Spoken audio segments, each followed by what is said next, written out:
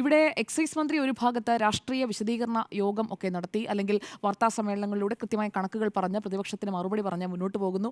അങ്ങോട്ടും ഇങ്ങോട്ടും വാദപ്രതിവാദങ്ങളൊക്കെ LDFും UDFും തമ്മിൽ നടക്കുന്നു, അല്ലെങ്കിൽ കോൺഗ്രസും CPIM തമ്മിൽ നടക്കുന്നു. അവിടെ CPIയുടെ ബിനോയ് വിശ്വം ചെന്ന് വിട്ടിരിക്കുന്നത് വലിയൊരു ഊരാക്കുടുക്കിലാണ്. അദ്ദേഹത്തിന്റെ പാർട്ടിക്കുള്ളിൽ തന്നെ എന്തിനാണ് നിങ്ങൾ ഈ LDF യോഗത്തിന് പോകുന്നത് എന്ന് ബിനോയ് വിശ്വത്തോട് ചോദിക്കുന്ന രീതിയിലേക്ക് കാര്യങ്ങൾ എത്തിയിട്ടുണ്ട് എന്ന് വേണം മനസ്സിലാക്കാൻ. കാരണം രാഷ്ട്രീയം പറയാൻ CPIയുടെ താഴെത്തട്ടിലുള്ളവർക്ക് കഴിയുന്നില്ല എന്നൊക്കെ പറഞ്ഞ് ദ്വൈവാരികയിൽ അദ്ദേഹത്തിന്റെ കത്തൊക്കെ വന്ന ദിവസമാണ്. പക്ഷേ മുന്നണി യോഗത്തിൽ പോയി അദ്ദേഹം പറയുന്ന രാഷ്ട്രീയം എന്താണ്, മന്ത്രിസഭാ യോഗത്തിൽ CPIയുടെ മന്ത്രിമാർ പോയി പറയുന്ന ആ പാർട്ടിയുടെ അഭിപ്രായം എന്താണ് എന്ന ഒരു കാര്യം ഈ വിഷയത്തോടു കൂടി ചർച്ചയാവുകയാണ്. അപ്പോൾ CPIM തീരുമാനിക്കുന്ന കാര്യങ്ങൾ അനുസരിക്കുന്ന ഘടകകക്ഷിയായി CPI മാറിയോ? കാരണം നേരത്തെ CPI അങ്ങനെ ആയിരുന്നില്ലല്ലോ. തിരുത്തലുകൾ വരുത്താൻ കാനം രാജേന്ദ്രനൊക്കെ കഴിഞ്ഞിരുന്നു, മുൻഗാമികൾക്ക് കഴിഞ്ഞിരുന്നു.